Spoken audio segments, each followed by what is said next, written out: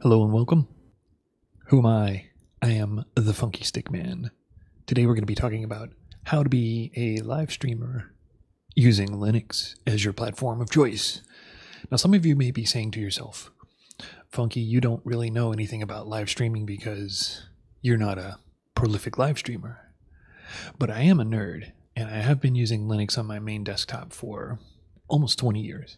So this video is for people who want to use Linux as a streaming platform, but you either don't know how to do it, or you need help figuring out how to install some of the things, or you haven't used Linux and you want to switch platforms from Windows or OS X.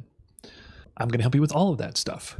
So first things first, we're going to look at a fresh install of Ubuntu, which is what I use. And I'm going to walk you through how to install OBS, and I'll walk you through how to install plugins and all the add-ons and things like that. But that's what we're doing today.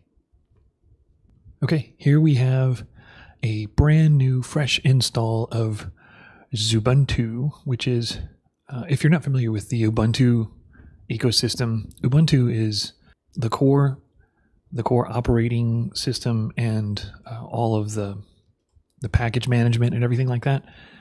They have multiple versions of Ubuntu. The underlying package system and the way it's organized is all the same. The only difference is like you have like VTubeStudio, Kubuntu, Xubuntu.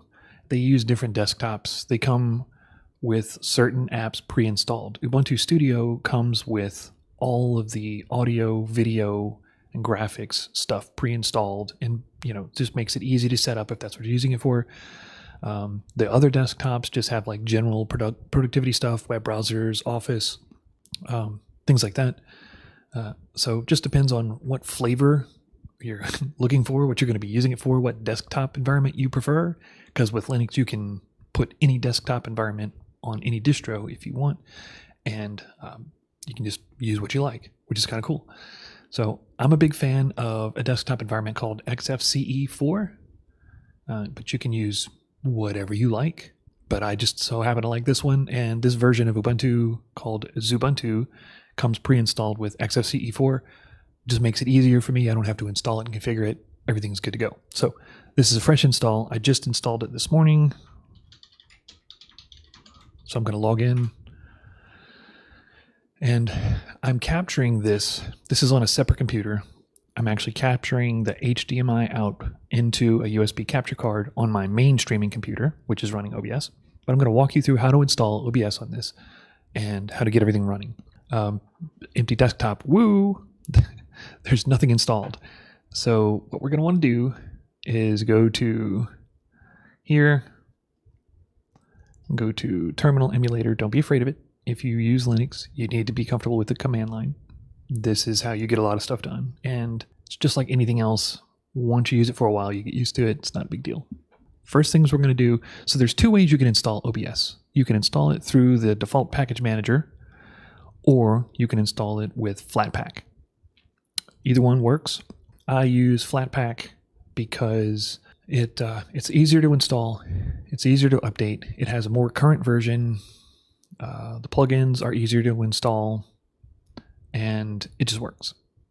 So downside is not every plugin you're going to want works with the Flatpak version because they have to be ported to work with Flatpak. But I'm going to show you how to do both if you want to. So let's go to, let's see, the easiest way to do this, sudo Synaptic, which is the graphical package manager for Ubuntu. Password, type your password in. Software is organized in so-called packages. The package manager allows you to install, upgrade, or remove packages. Yes. If you need to read that, screen cap it. Okay. So here's our package manager. This shows me every Debian package installed on the system. First time you run Synaptic, you're going to want to update it. update package information. Okay, and then if you want to make sure everything is up to date, just click mark all upgrades. It'll show you what needs to be updated. Click mark. And then apply, and it's going to download and install updates for everything that's already on the system. 88 packages will be upgraded. 2.8 megs will be used. Blah, blah, blah, blah, blah. Click apply. And let it do its thing. A couple quick things while I'm waiting for these packages to update. All right, so this system that I'm running it on is an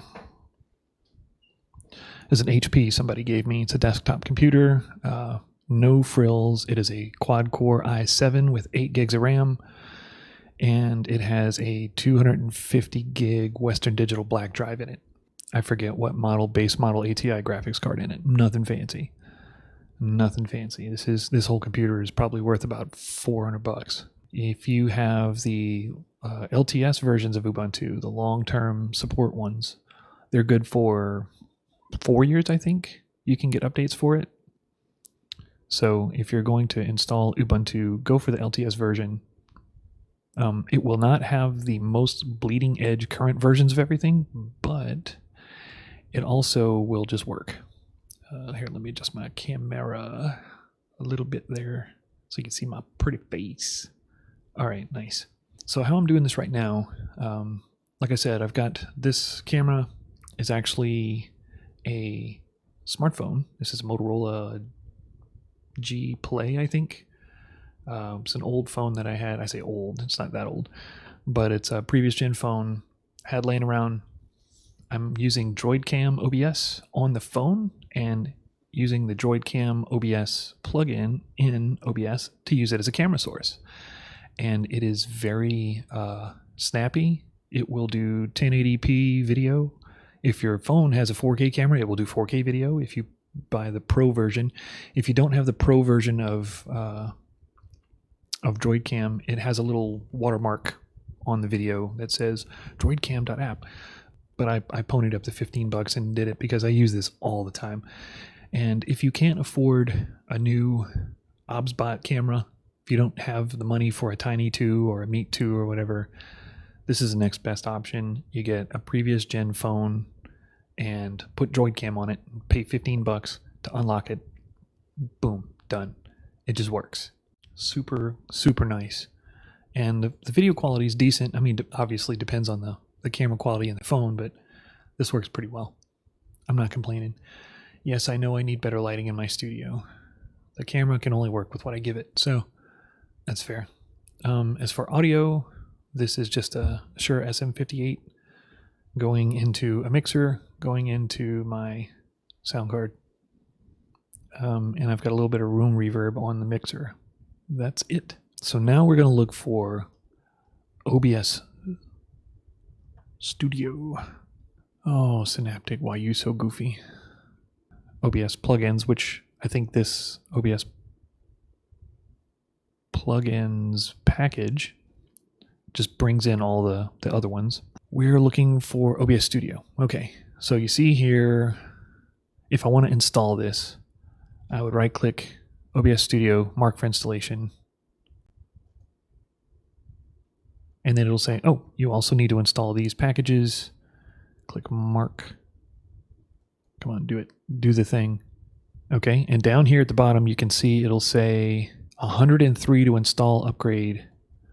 So just installing OBS Studio and all the dependencies for it is going to be 103 packages, but that includes like fonts, backends, graphics, filters, drivers, all the stuff that OBS uses, and OBS itself, plus all the plugins, all that stuff. So it says 244 megs will be used. So this is just one way to install OBS, and you'll notice that this is version 30.02.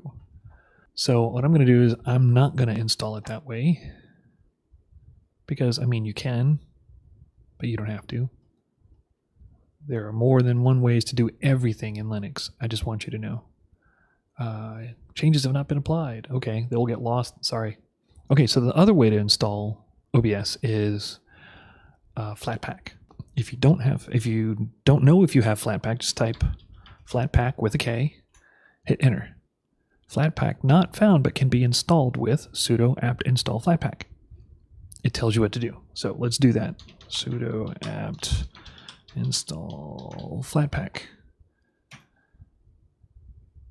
And since I already typed in my password to run Synaptic, it doesn't ask it again. Flatpak 3 installed after this. So Flatpak is just a back end. It is an app management program that allows you to install stuff remotely. They automatically update. They sandbox things so they don't crash the whole system. Flatpak and Snap packages are both very useful. So if you're an old school Red Hat or Ubuntu guy like I am, these are actually very, very easy way to install, very simple way to install programs, and it just works. So now if I type Flatpak, it'll say, oh, hi, you didn't tell me what to do. Flatpak space -- help. Okay, this shows you what Flatpak does. So, oh, the scroll wheel on this mouse is flaky. That's why it's jumping all over the place. My bad. Okay. Oh, the scroll wheel on this mouse is killing me. Okay, so here it is. Usage, Flatpak, option, command. So, built-in commands, manage installed applications runtimes. So you would type Flatpak space install space and then whatever application you want to run. So we need to download the Flatpak deals for that. So we'll go to the web browser. Do I have a web browser installed on this? Like I said, this is a brand new fresh install. I don't even think there's any. Okay, I got Firefox. That'll work. I hate Firefox, but I mean, it's better than nothing. The website that hosts all the Flatpak stuff is called FlatHub.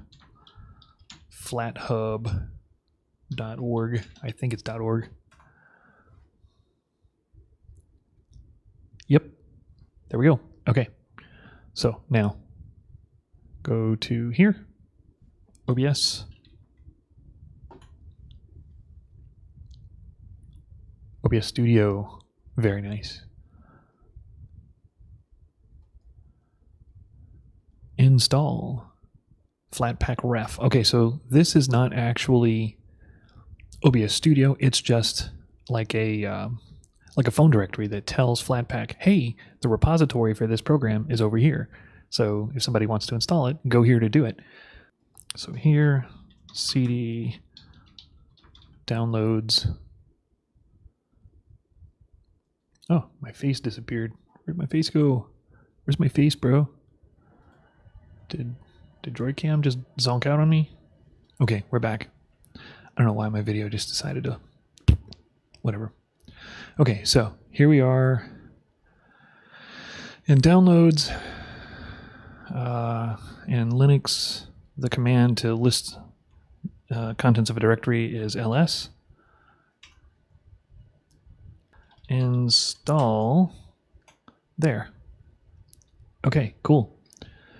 The remote FlatHub referred to by COM OBS Project Studio at location blah blah blah blah contains additional applications. Should the remote be kept for future installations? Yes, I want that.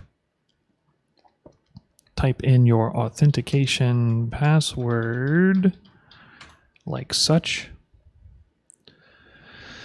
Required runtime for OBS project. Found remote FlatHub. Do you want to install it? Yes. That is what I want. Okay, now it shows you exactly what it's going to install. Free Desktop Platform GL, Open H264, which is a codec package. So that's what we're going to do. And then, of course, the very last thing is we're going to install OBS Project Studio. So we're going to say yes. And it's going to do its thing. It's going to go suck all that stuff off the interwebs and install it, and it will be good to go. So while it is downloading stuff to install this, it's playing with it's messing with the Wi-Fi on my camera phone. So it's like, oh no, bandwidth, I need more bandwidth. There we go. All right. Once it's done with this, we can install plugins for OBS, and I will get it up and running, and we will have fun playing with it. I will make it work. 2 hours later. So if you're thinking about streaming on Linux, you have to think about, what am I planning to do with it? If I'm just going to use OBS to just do really simple streams to Facebook or YouTube or whatever, don't need any overlays, I don't need any special effects, I don't need any, anything like that, just it's going to be me and a camera, YOLO, then you don't really need a whole lot of stuff to do that. OBS in and of itself is enough. And with plugins that it comes with, or you can install easily with it, you can do a lot with just OBS. You don't need a ton of things. But if you're interested in like streaming to multiple platforms at the same time, like Twitch, YouTube, Facebook, whatever else, that takes some additional setup and plugins. If you want to do multiple platform multi-chat, like what Nutty has, you can do that. That requires some workarounds and some extra programs to make it work, but you can do it. If you want to be a VTuber, you can do that in Linux. It is possible, and there are multiple ways you can do it. You can stream games. You can use VTubing avatars with a webcam or with phones. You can stream multi-PC setups, stream games and things from one PC to the other. In Linux, it works. I've tried it. You can set up controlling OBS from outside sources like MIDI controllers, Stream Decks, stuff like that. And you can even use not just Stream Deck hardware, but you can actually set up the Stream Deck app on your phone and use that as a remote for OBS. OBS has WebSocket interface, and you can control it with all kinds of other stuff.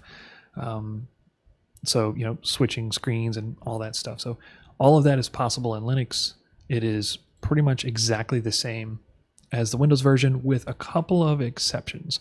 You cannot, the Linux version of OBS does not have a game capture mode, which all that is just a window capture mode that automatically grabs anything that full screens.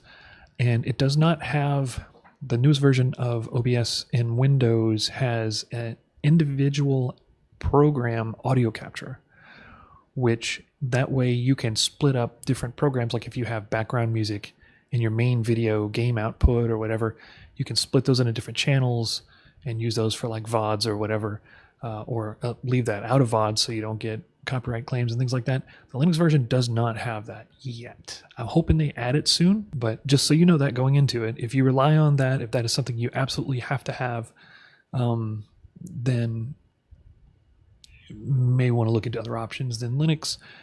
But that's not to say that it won't work in the future. But I never recommend people buy things based on the promise of what might be included later on, because you just never know. I mean, that goes with everything. You get what you get, and if they upgrade it or add things later on, bonus. But if they don't, I mean, you can't be mad about that. You agreed to that going into it. So, okay, so our FlatHub is finished installing. All right, so now I should be able to, if I move all this junk out of the way, we're going to go flatpak run com.obs project.studio.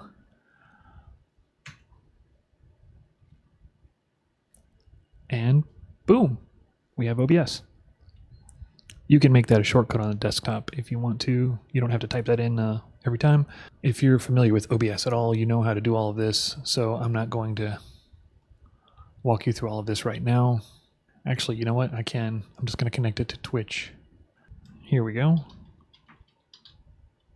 All right. And if you've got two-factor authentication turned on in Twitch, which you should, log in.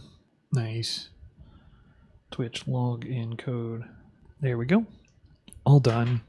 Come on. There we go. Apply settings. Okay. Welcome to chat. I'm not going to waste your time by showing you how OBS works. If you're already into streaming or you want to get into streaming, there are tons of videos out there explaining how OBS works. I'm just walking you through how to install it and how to get things working in Linux. So I'm going to close that. Just close the dockable window. Thank you.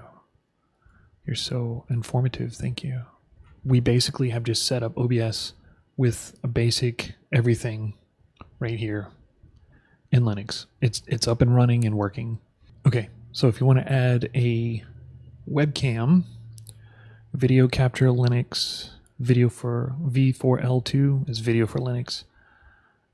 Just create new. Okay, and there's my little junk webcam. Oh, looky. Look, it's actually picking things up. And look, this is my camera rig. Is actually my Motorola phone. That's what I'm using in this camera right here. This is the actual camera I'm using as a Motorola phone. I've got a couple cheap Ulanzi backfill lights, which I don't have turned on right now. And this is my main computer that I'm recording on. So anyways, so this works. We shall click OK. And all right, now we have a video source and you can scale it and all. This works just like OBS and every other platform. So I'll close OBS. Goodbye, OBS. So for us to know what plugins we want to install, we need to get a list of plugins. So let's go to here. You can see all of the, and there's Droidcam, background removal, advanced scene switcher, move transition, waveform, which is a cool little waveform generator you can assign to things. Scale to sound if you want a PNG tuber that like moves when you talk. There you go. Vertical canvas, live split, rewards theater, OCR plugin. That's a cool thing you can do with OCR stuff. That's kind of cool. Item multi-stream. So if you're planning on doing multi-stream stuff to Twitch and other platforms at the same time, you're going to want this. Okay. All right. Now I'll go here to repositories, which there are 4,000 programs hosted on FlatHub. And then I'm going to search repositories for OBS or com.obs. And boom, here's everything FlatHub hosts. That's an OBS plugin. Item multi-stream. Okay, so here's what we're going to do. To install this with Flatpak, we're going to go to command line Flatpak install com.obs project .studio iTunes multi-stream. Well, that was a fail. Wait a second. Let me go back to this and see. Oh, studio.plugin. Okay, yeah, that was my bad. Okay, sorry about that. Studio.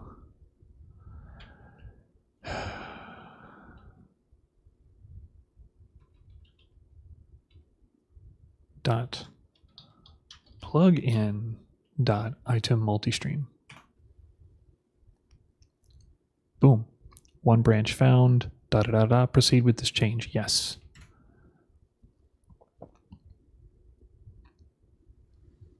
Cool. Reading is great. Reading things is nice. All right. So we just installed iTunes Multistream. So let's go to OBS and we'll see if it worked. Create launcher and OBS command Flatpak run com.obs project .studio, and we can add an icon later, but I'm not worried about it. Create.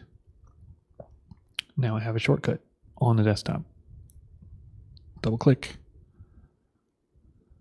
Boom. Hey, look, it remembered. So now we should have, if I go to docs, there should be iTunes Multistream. Right there. There we go. iTunes Multistream. Built-in stream, which my main one is. So the way iTunes Multistream works, just to give you a quick rundown, is it picks one stream as your primary one that's always active, and then all the other streams are piggybacked off of that. So if you're always going to stream to Twitch, but you might stream to other platforms at the same time, make Twitch your primary built-in stream, and then everything else gets added on to that. And that's it. I mean, we now have OBS running on this computer, right? So the rest of the stuff, we're going to go back to my main computer to run. So, because it's like not painfully slow across the capture thing.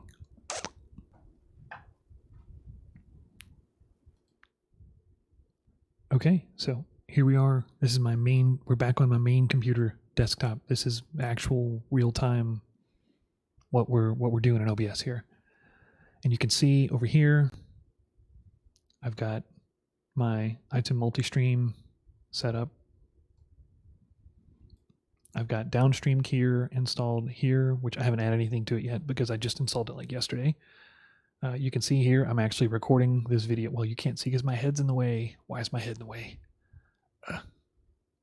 Just gonna boop that. Down here, you can see I'm actually recording video. See right there, recording the video. And here's my audio inputs. This is all running in Linux. You can see in my scenes, the HDMI game scene is the remote computer, and this is my main desktop. And just to kind of give you an idea of, like, this is my desktop. That's what it looks like. So let's do a how-to. So let's say you want to install Streamer.bot. Streamer.bot is not a native Linux application. You have to use bottles to install it, and it's very easy to do. Here, we'll do it on this one, just because I already have everything installed on here on my main desktop. Go here. We're going to do it just like we did with OBS. We're going to download the Flatpak, and then we're going to install the Flatpak, and that's going to install bottles and everything that it requires. I am such a jerk. I'm not going to donate anything. Take that.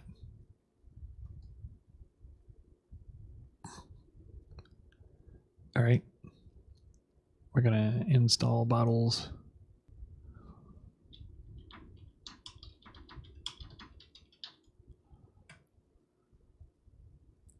Yes.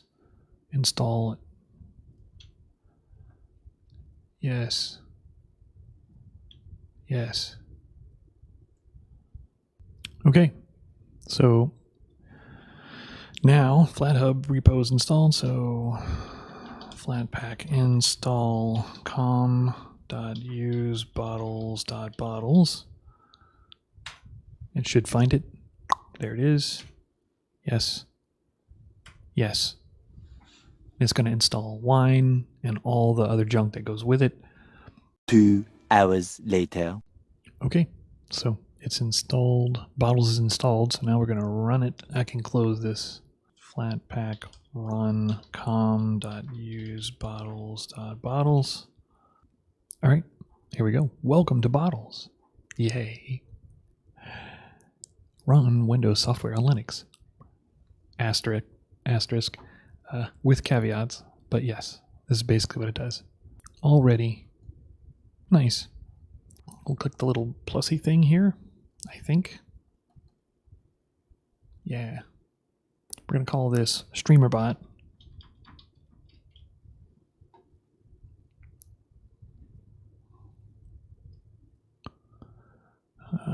We're going to go custom 64-bit runner, bottle directory, leave everything else default, create. One of the nice things about prepackaged wine emulation packages like Play on Linux or Bottles or Proton is that they have pre-made configurations for certain programs. So like if you want to install Streamer.bot, you just click install Streamer.bot and it knows what to install, it knows what to configure, it just sets everything up and it just works most of the time. Items have been added. So I'm going to click Bottles, and that's of course like a container. Get it? It contains wine. Install programs. That's what I want. Streamer.bot. There it is. There it is. Okay. Streamer.bot. Supercharge your live stream with Streamer.bot. We're going to click this. Install this program. Do you want to proceed? Yes. Do the thing. This could take a while. Installing Windows dependencies. Yes, it is. Oh, yes. Oh, yes. It's installing dependencies. It is very dependent. Windows is very dependent on things. Maybe one day Windows will evolve into an operating system that is not absolute garbage, but today is not that day. I'll just sit here and do Rubik's Cubes until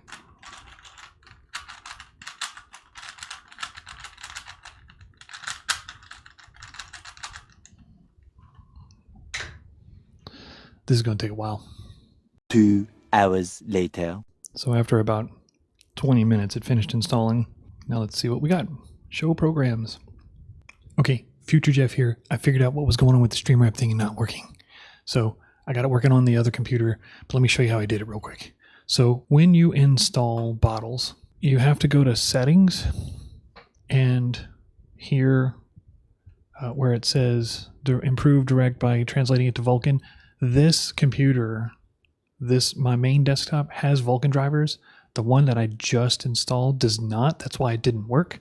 So all I did was, if Streamer.bot does not automatically come up in Bottles when you run it, go to Settings, go DXVK, and just turn this off and run it, and it should come up. That's all I did. We now return you to your regularly scheduled video. Here, let me go back to my main desktop. Okay. Let's go here. I'm going to show you what it looks like. And I made a shortcut for Streamer.bot, and it should work. Oh, I can hear the CPU going, making angry noises. Okay, here we go. All right. Here we are. So this is Streamer.bot.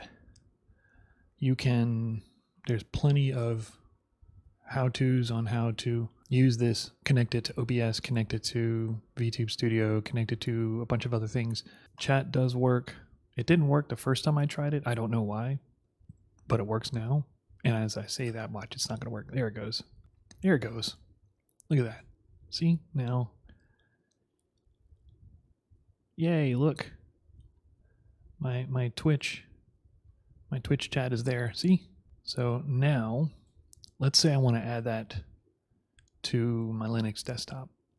I want to add a chat overlay right there above me. So we're going to use Nutty's Streamer app to do this. I'm going to go to multi-chat overlay settings. It says it's connected. If you're using Brave, make sure Brave shields are turned off for this. I'm going to click to copy the URL. For those of you who I'll spell it out, the URL. And now to show this in here, all we have to do is go to add browser. And I'm going to call this chat overlay. And instead of the default source, I'm going to paste in the thing from Nutty's thing. We're going to make it 400 wide, 600 tall. We can make it 800 tall, just for giggles. And then click OK. All right. So now there's my chat overlay. Can you see it? There it is. Now if I go to chat and I type in something, we should see it pop up here, right?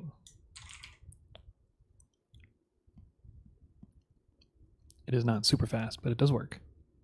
Boop, there it is. Yay.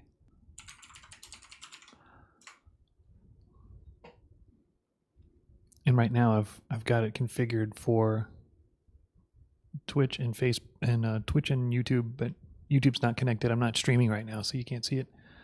So there you go. So Streamer.bot does work in Linux if you install it with bottles. Okay. Oh, VTuber stuff. Yeah, this is gonna be fun. Okay, so let's do that. Let's make a VTuber thing. Okay, so let's say you want to do VTubing. You want to do the VTubes. Okay, so here's what we're gonna do. There's two ways you can do this in Linux that I know of. Both of them involve VTubeStudio in Steam. So if you have Steam, which you should have Steam, settings, compatibility, enable Steam Play for all other titles. You can use Steam Play to test games in your library that have not been verified with support compatibility tool. This is Proton. Run other titles with Proton hotfix, and you can set which specific one. 904 is probably good enough. This is just a default. You can change it for any individual program if you want to. But once you have that turned on and you install a Windows game in Linux, it will start showing you here. Go to my library. You get to see my horrible library. It will show you Windows games that were not installable before, because now you can install them with Proton. Go down to VTubeStudio, install it, and it's going to tell you, try things, whatever. This one, I think I have it set to, okay, I'm forcing this one to use Proton 9, so that works. It's stable. Once you have that installed, it's going to run, it's going to download all the Proton runtimes and everything for it, and then it's going to install the actual program, and then you can run it. I'm just going to move that out the way. Are we having fun yet? I know you are. VTubeStudio. Okay, now, right now, I have nothing connected to it. So the model isn't doing anything. It's just in idle. There's nothing connected. There's no webcam connected to it or anything. If you want to run a webcam, I do have a Nexigo webcam on top of my monitor. That's USB. And to use that with VTubeStudio, which is not ideal, but it does work. If you're, if you have a for instance, if you have a laptop, it's got a built-in camera, why not use it? Right? If it shows up as a video source in Linux, you can use it with what's the name of that program? Facetracker. What Facetracker does, and this I got on FlatHub as well. Webcam, there's my Nexigo. Oh, and this USB video, that's my HDMI capture. I don't want to use that. Tracking settings, I'm going to set it to 640 by 480 at 30 hertz. Model default. Oh, you can do wink optimized. We can try that. Server settings, leave this as default. And then click this to start. Now what this does is this takes your USB camera input and it generates it into VTubeStudio face capture data. Now I can show you the camera itself, but I mean, it's just another angle of this and the picture's worse. But in VTubeStudio, I want to use a webcam. I'll click settings and click on the camera. All right, you see it's already picking up my face. Okay. And the face tracking is not awful. It's not terrible, but it works. So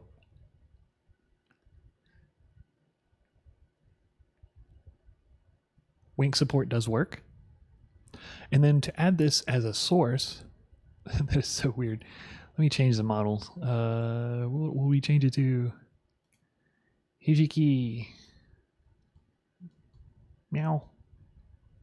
Meow. Right?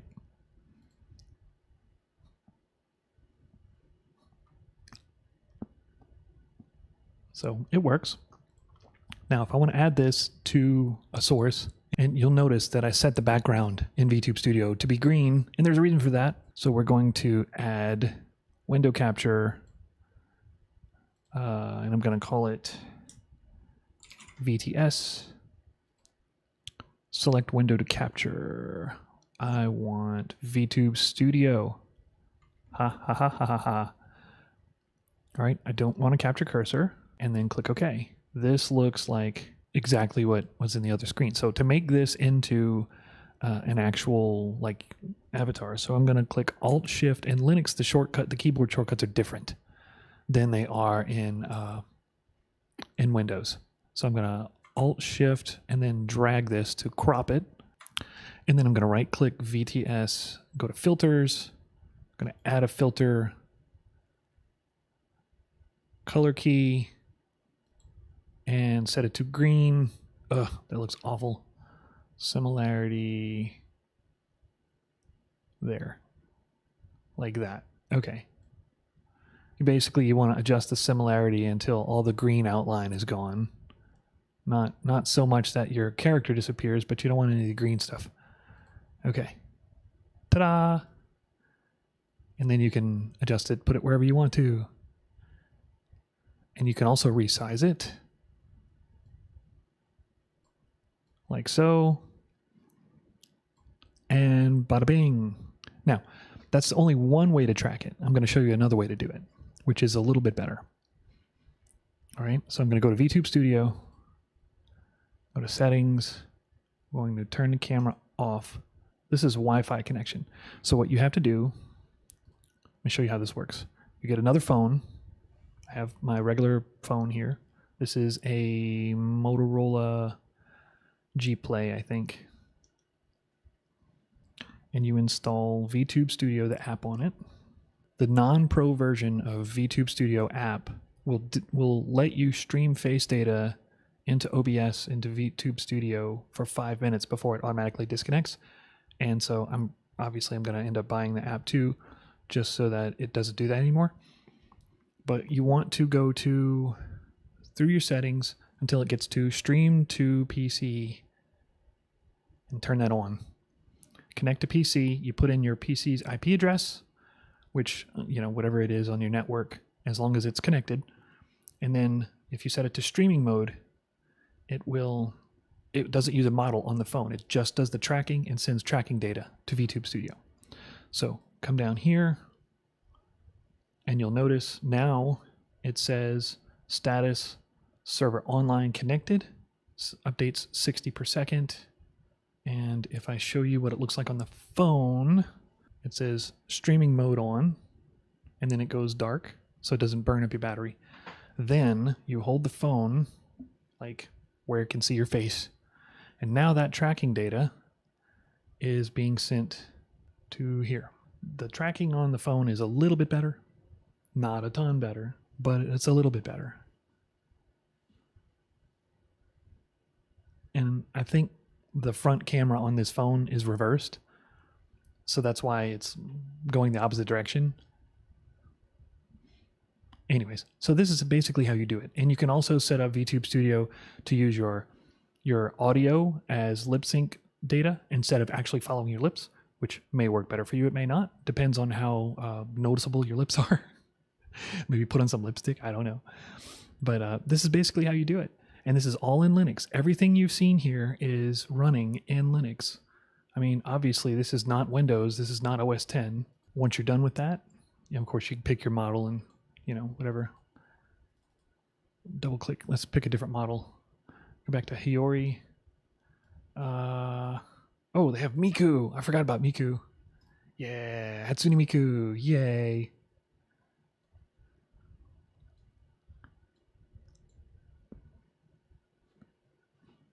Okay, this one, the motion's not that great on, but at least it tracks like a little bit.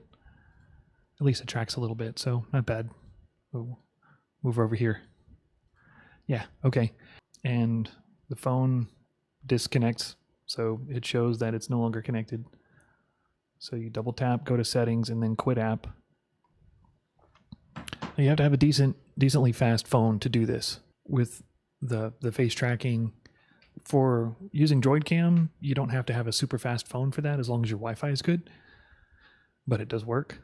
There is, I think, a way that you can use a USB cable and a phone and use debug mode on the phone to connect it to Droidcam. I played around with it for a day or two and I never could get it to work right. So I just use it over Wi-Fi and it works perfectly good as long as nobody's hogging the Wi-Fi and it's not like choking on downloads or whatever. Other than that, it works fine. Right, so I can close Facetracker now. I'm done with that. So I'll uncheck this. And there we go. Now that that's off, I can actually add the webcam right there. That's my Nexigo webcam. It's right next to the, you can see it up here, and the phone is over here next to each other. It's not bad. The webcam input is okay. If I set it to, yeah, like 640 by 480, the picture is better quality. And if you're doing a corner thing like this, okay, so you're probably wondering, how did I get the blend on here? Again, I'm not trying to teach you how to use everything in OBS in one shot, but this is basically how it works. You would go to this source, add a filter, effect filter, image mask, and browse. And I have, in videos, I have a circle mask, which if I select that, now it's everything outside of the circle is, everything is black in the image is transparent and everything white is clear. And you can do gradients, which is how I did this one. So to do that, filters, image mask, browse, and I have angle mask is the one I'm using for this. Right, and close. So now it's got the same, so I can move this, move that there, and it's, you can tell side by side how much clearer the phone camera is. Like you can see the phone cam is actually smoother and there's no lag compared to a direct USB camera. The direct USB camera is not that great. I mean, granted, this is not an expensive one, so like an OBSBot Tiny or something like that would be better, but it's usable, especially if you're doing corner stuff like this. That way you don't have to set up like all the Droidcam and all the other stuff, which is whatever. But if you want to do full screen, watch this, we'll do full screen, and I will add, I'll go to, hold on a second, I'll go here, I'm going to take this source, video capture, filters, I'm going to remove the mask, and then I'm going to change the resolution to, what am I going to change it to? Full HD. Now it's huge. I mean, it works. It kind of works. Let's try this. I want to copy, go to camera, paste. All right, so now I've got two cameras here. I'm going to chop this one, and I'm going to take this one and move it over and crop it as well. I don't even need to crop it. All right, cool. So now you can see the image quality. USB camera, phone, USB camera, phone. They're pretty similar. The picture quality is a little less grainy. You can see this, and this one actually has better, the phone actually has manual focus control, and you can stream audio from it. So like for instance, if you're doing streams and you want to run something across the room, like if I'm doing music over there behind me, you know, if I got a table or gear or whatever set up there, I can set up a tripod or an overhead arm or whatever, and I can hook up my phone to that and use that as a remote camera input for OBS. No wires, doesn't need anything. I mean, I've got it hooked up to USB to charge the battery, that's it. And then I can leave the USB camera on top of the monitor for when I'm doing desktop stuff as a little corner, you know, corner view, whatever. So there you go. Let's see if I undo that. Yeah, there we go. I'll set it back the way it was. And I can delete that too. I don't need all these extra sources. But here you go. I mean, all this stuff works in Linux. It works natively in Linux. Everything just works. Granted, Getting the Streamer.bot app to work is a pain, but VTubeStudio, the FaceBridge app, everything just works. Proton and Steam just handles everything. It just works. I tried getting 310A and VTubeStudio working in Steam, and I could get them to run, but when I would go to load a file, it wouldn't find the fonts and it would crash. So there's something funky going on there, and I couldn't figure out how to get the fonts to work correctly, so you couldn't actually browse to anything and open files. But technically it worked. The problem with 310A is I couldn't find a bridge program that would transfer the face cap stuff into it in a format it could use. And so, like, you can get it to work, sort of, but I couldn't figure out a way to get the tracking to work. Maybe that there's a way to do that. I just haven't spent the time to figure it out yet. So 3D avatars, technically, you can maybe figure out a way to do it, but 2D stuff, easy, everything's working. I got that all done. And to be honest, seeing the way that they rig the 2D stuff now is like, you almost don't need 3D stuff. It's so good. So there you go. There's my basic rundown. Okay, so that's pretty much everything I know about streaming in Linux, at least the hard parts. Actually knowing what to stream and getting this and learning how to use the software and stuff, I'm going to leave that up to you. I may do tutorials on that stuff later, but there's so many other people that have already done that have done such a great job of it. I don't really feel like I need to spend hours rehashing that, beating that dead horse. But you have the tools there, so I've showed you how to set everything up in Linux. If you're interested, this is how you do it. It's not hard. Follow the instructions, and you got this. Have fun. I'll see you next time. Is it going to work? No. No, it's not. It's not going to work. No. No. No. No worky. No worky. Well, it's worth a try.